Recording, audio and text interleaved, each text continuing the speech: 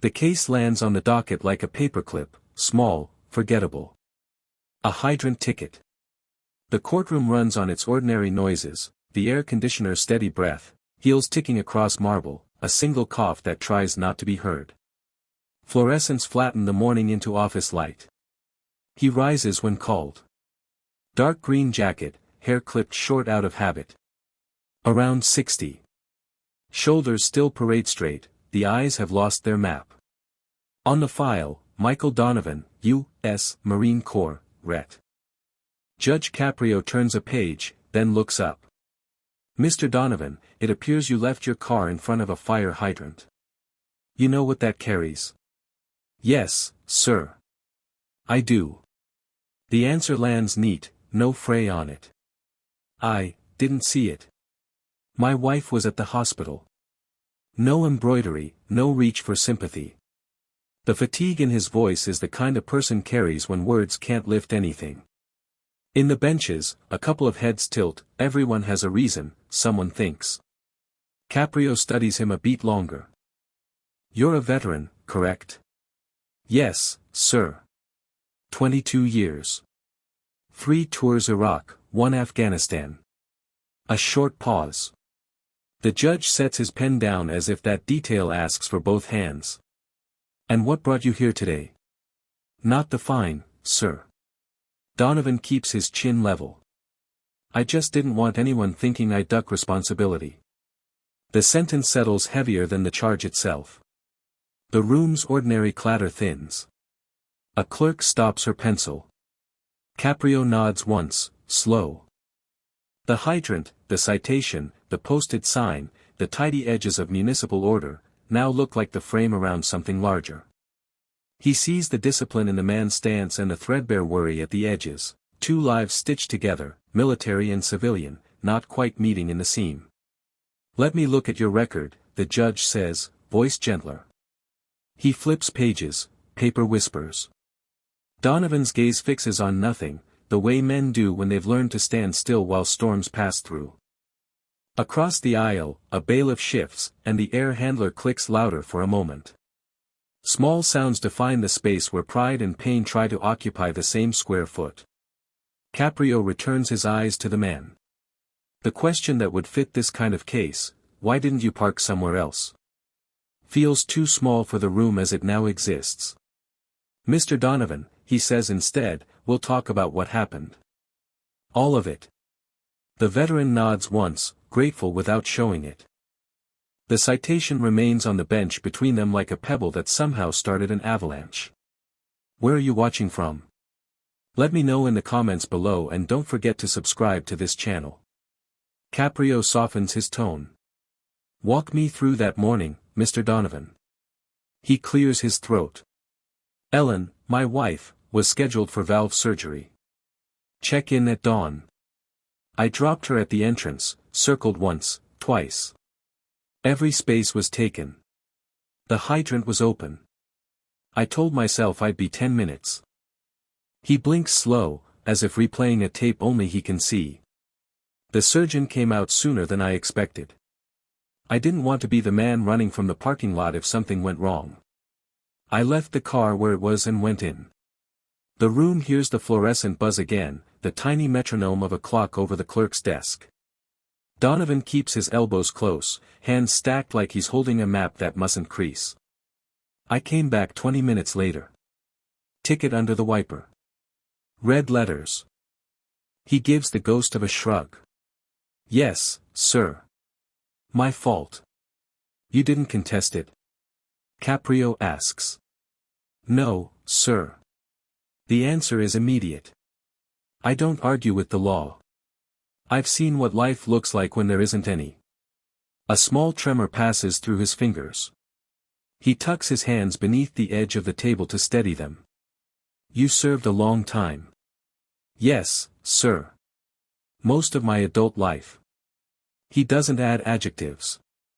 When I got back for good, the phone didn't ring much. The work I knew wasn't hiring. Kids have their own coasts. Ellen, she's the home that stayed. Caprio listens without notes. His eyes do the recording. I meant to pay the ticket, Donovan continues. I even said it by the coffee maker. But she had a setback. Back to the hospital, different ward. He lifts his gaze, not defensive, just tired. I missed the deadline. Then another notice came.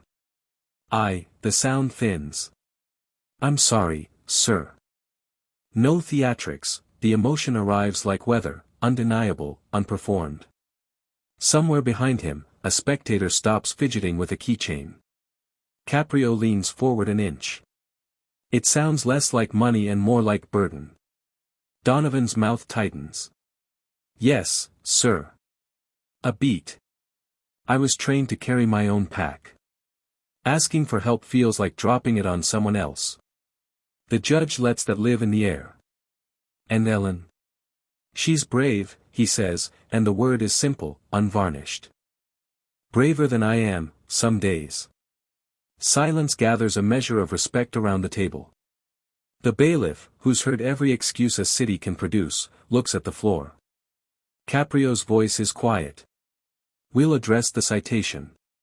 But I want you to hear me, responsibility doesn't exclude mercy. Donovan nods once, the movement small but real. The muscle at his jaw unclenches. He returns to parade stillness by habit, yet something in the posture has softened, as if the weight he refuses to drop has finally been seen. Caprio flips through the thin file again, his glasses sliding lower on the bridge of his nose. Mr. Donovan, he says carefully, your current citation is for parking in front of a hydrant, $100. But the record also shows 2 previous unpaid tickets in the same area. Do you recall those? Donovan's gaze drops. The motion is almost imperceptible, like someone bowing to memory. Yes, sir. I do now. Back then I didn't even realize I'd gotten them. The judge raises an eyebrow. How's that possible? I wasn't home much, he answers quietly. Most nights I slept in the car. The words settle in the room like dust after an explosion, soft, but unmistakable. A few people in the back row exchange glances, then stop, ashamed of the impulse to pity. Caprio doesn't interrupt. You were homeless? Not exactly. I still had the house, Donovan says, his fingers worrying the edge of the citation, turning it once, then again. I just couldn't walk through the door. Ellen was inside, hooked to machines, half the house full of those beeping sounds. I'd sit in the parking lot across the street because I couldn't stand hearing them slow down. The judge's pen stills above the paper. Donovan continues, his tone almost matter-of-fact. I'd tell myself I was giving her space to rest. Truth is, I was hiding from what I couldn't fix. I'd get coffee at the all-night diner, park near the hospital. If security didn't chase me off, I'd stay there till morning. The courtroom air shifts again, even the hum of the vent sounds lower. Caprio leans forward. Mr. Donovan, that's not something a man should face alone. I know, sir. But asking for help, after the Corps, after seeing men lose everything in a blink, it's like unlearning how to breathe.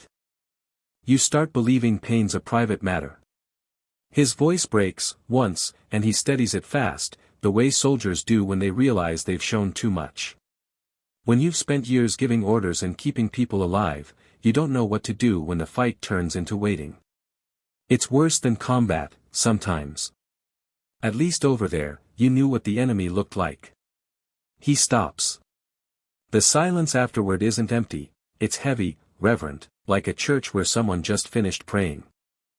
Caprio's eyes hold him, steady, kind. And no one from Veterans Affairs checked in. They sent letters, Donovan says. Appointments, numbers to call. But I'd miss one, then another. After a while, I figured they had bigger fires to put out. The judge exhales slowly. You said before you thought strength meant handling it alone. Yes, sir. And now? Donovan's mouth curves into something that's not quite a smile. Now I think maybe strength's knowing when you can't. A ripple of breath moves through the courtroom, small but noticeable. The man in the second row, arms crossed since the start, uncrosses them. Caprio nods once, then speaks in the measured tone of someone building a bridge between law and compassion. Mr. Donovan, there's a reason this courtroom exists. It isn't to humiliate people. It's to remind them they're still seen. Donovan blinks, and for the first time that morning, his eyes lift fully to meet the judge's. I appreciate that, sir. You don't owe me gratitude, Caprio says softly. You've already paid your dues, in places far less forgiving than a city street. The veteran swallows, a quiet effort visible in the muscles of his neck. Maybe. But I let her down. That's what keeps me awake. Your wife. He nods. I was supposed to protect her from everything. Then one day, the enemy wasn't a man, it was her own heart. The judge doesn't speak right away. He lets the words breathe, lets the truth find its place. Outside the courtroom window, a siren wails faintly in the city distance, a sound that once meant mission, urgency, brotherhood. Now it's only another reminder of helplessness. Caprio sets his pen down. Mr. Donovan, he says finally, the tickets are minor. The hurt you're carrying is not. But I'll tell you something, courage doesn't end when service does. It changes shape. Sometimes it looks like walking in here and telling the truth. The veteran nods, blinking hard. From the back of the room, someone clears their throat. No one dares move otherwise. The judge straightens his notes, but his tone softens one more shade. You're not alone in this city. Not in my courtroom. Donovan's reply comes low, almost inaudible. Thank you, sir. It's been a while since anyone said that. Caprio gives him a small, solemn nod. Then let that be your reminder. He taps the gavel once, just enough to close the moment without breaking it. And for a few breaths, even the courthouse feels like it's standing at attention. Caprio leans forward, elbows resting on the bench, his voice measured but weighted with intent. Mr. Donovan, he says, you're a Marine. You know discipline isn't only about action. It's also about accepting the consequences. But I also know, war leaves scars no one can see. The words strike like distant thunder. Donovan sits perfectly still, yet something in his stillness breaks.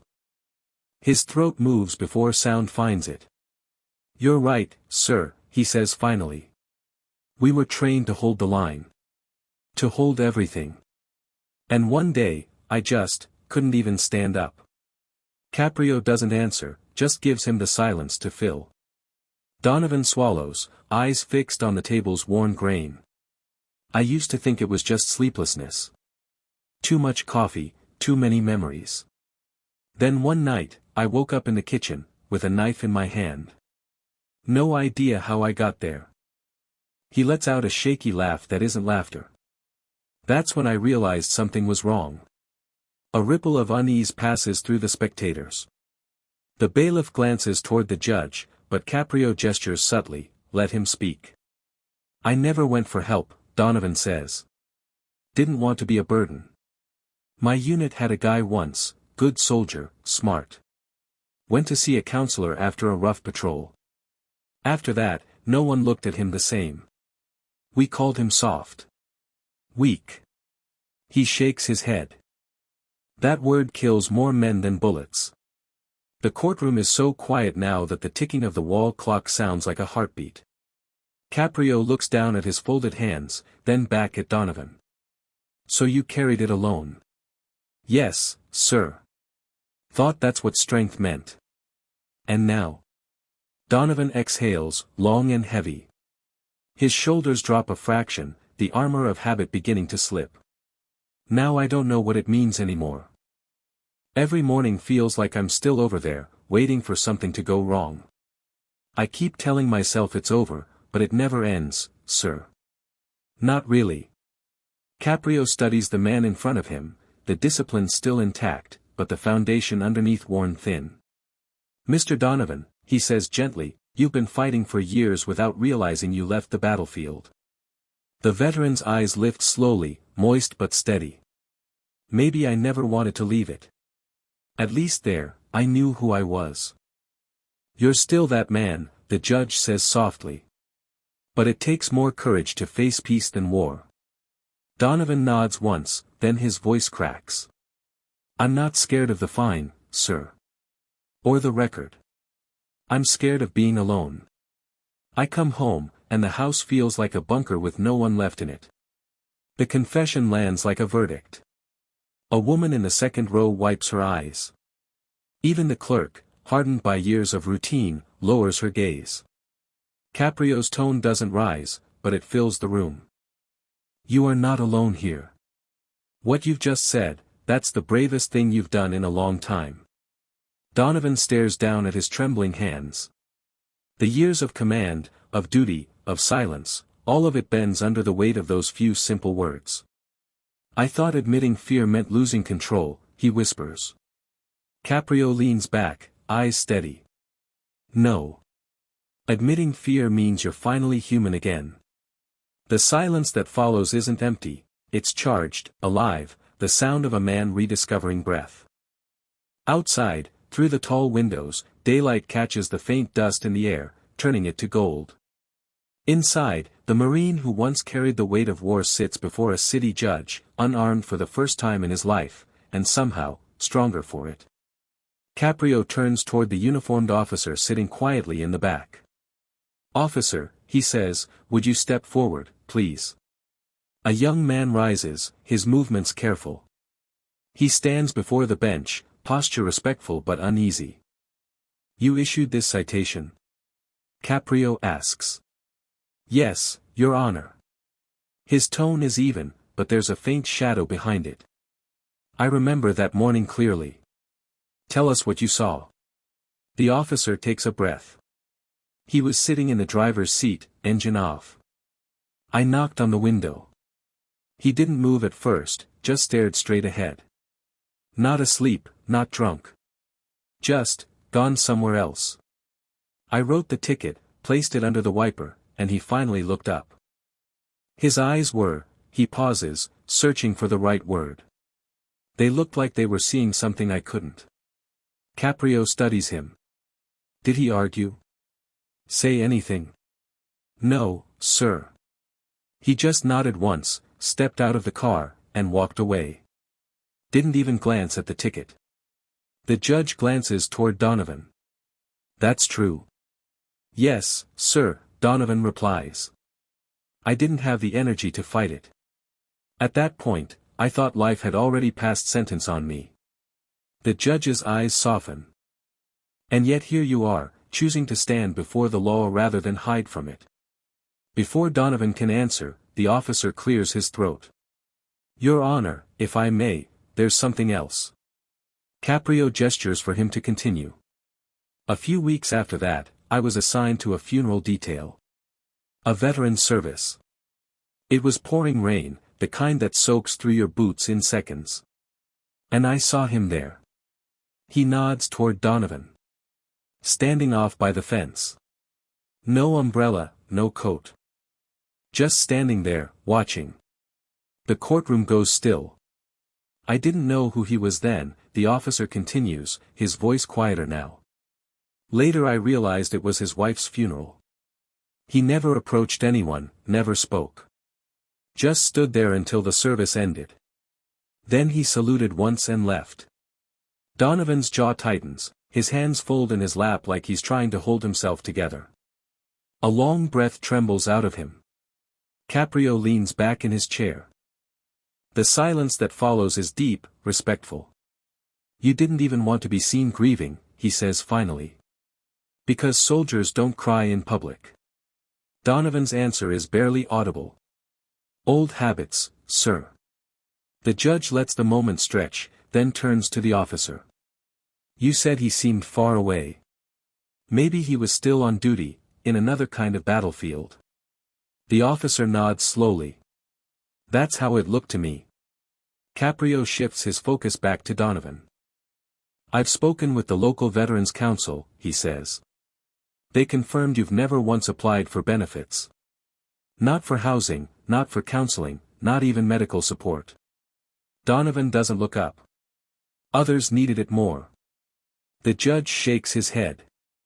You've spent your life serving others, and still believe you don't deserve to be helped. That's not humility, Mr. Donovan. That's punishment. Something in the veteran breaks quietly, his composure, so precise till now, wavers. His eyes glisten, and when he speaks, the voice isn't the soldier's, just the man's. I don't remember the last time anyone said I deserved anything, sir. Caprio's voice lowers, soft as rain. You deserve peace. You've earned that much. The words land with the weight of truth. Donovan's lips part, but no sound comes. Tears finally spill, slow, reluctant, genuine. He doesn't hide them. Even the officer beside him blinks hard and looks away. A woman in the gallery reaches for a tissue. The air feels charged, fragile, like a wound finally exposed to light. Caprio folds his hands. Mr. Donovan, you are not here to be judged as a man who parked in the wrong spot. You're here as proof that strength can become isolation, and that sometimes, the bravest act is surrendering to help. Donovan nods, unable to speak. The judge's gaze sweeps the room. Let this remind us, he says softly, that law without compassion is just paperwork. He turns back to Donovan, his final words firm but kind. Tomorrow morning, we'll conclude this case. But for tonight, I want you to rest. Truly rest. The veteran lifts his head, tears drying into lines that catch the courtroom's dull light. Yes, sir, he says, and the words sound different now, less like duty, more like release. As the gavel falls, the entire room seems to exhale. Even justice, for once, feels human. The following morning, the courtroom fills again, quieter than before. The usual shuffle of papers and muted chatter feels out of place here, replaced by a calm expectancy. Light pours through the tall windows, laying soft stripes across the worn wooden floor. Judge Caprio enters, his robe catching the morning glow. He sits, glances down at his notes, and then at the man waiting before him. Donovan stands straighter today, not proud, not armored, simply present. Mr. Donovan, the judge begins, his tone deliberate but warm, I've reviewed everything. The facts are clear, you parked in front of a hydrant. By law, that carries a fine. But the law also recognizes something else, context. He pauses, letting the words breathe. You came here today to take responsibility. What you gave this court, however, was something rarer, truth. Donovan listens in stillness, his hands clasped loosely in front of him. Your fine is dismissed, Caprio continues. Not because of your service, though that would be reason enough. But because justice isn't always about punishment. Sometimes it's about reflection. About courage that doesn't wear a uniform. A murmur ripples through the room, not disbelief but quiet agreement. Caprio's gaze stays on Donovan. Instead of payment, I ask something else. Tomorrow, I want you to visit the Providence Veterans Outreach Center. Spend a day with the younger men and women coming home from service. Tell them your story, not the medals, not the battles. Tell them about the night you finally asked for help. Show them that strength isn't silence. Donovan's voice catches. Yes, sir. With honor. The judge nods, satisfied. He reaches for a small envelope among his papers, its corners worn, a faded military seal stamped on the front. One more thing, he says. This arrived from the archives. It's from your unit. A letter of commendation, signed years ago by your commanding officer. They called you the calmest in the storm. He slides the envelope across the bench. I think that still fits. Donovan takes it with unsteady hands. He opens it halfway, sees the handwriting, and stops, as if the sight alone is too much. He lowers his head, shoulders trembling once, not with shame this time, but gratitude. The courtroom stands in a hush so complete that even the hum of the ceiling light seems to fade. A few spectators rise to their feet. Others follow. It isn't applause, just presence, respect made visible. Caprio leans forward slightly. Mr. Donovan, he says quietly, the law isn't here to remind people of their failures. It's here to remind them they still matter. The veteran looks up, eyes wet but steady. "Thank you, Your Honor," he says. "I thought I'd run out of missions." "Maybe you've just found a new one," the judge replies. Caprio lifts the gavel, taps it once, not sharply, but as a benediction. Case dismissed. Donovan nods, then turns toward the exit. The officer who once ticketed him gives a small salute. Donovan hesitates, returns it, two men acknowledging each other without words. Outside, sunlight floods the courthouse steps. He pauses halfway down, lifts his face to it, blinking against the brightness. For the first time in years, he doesn't flinch. The city hums around him, ordinary, alive, and waiting. He folds the letter carefully, slips it into his jacket pocket, and walks on. Behind him, inside the now empty courtroom, Caprio gathers his papers and says softly, to no one in particular, but to everyone who's ever stood there. The law doesn't punish. It remembers. And outside, the veteran's silhouette moves through the light, no longer a soldier carrying the past, but a man finally stepping back into the world he once defended.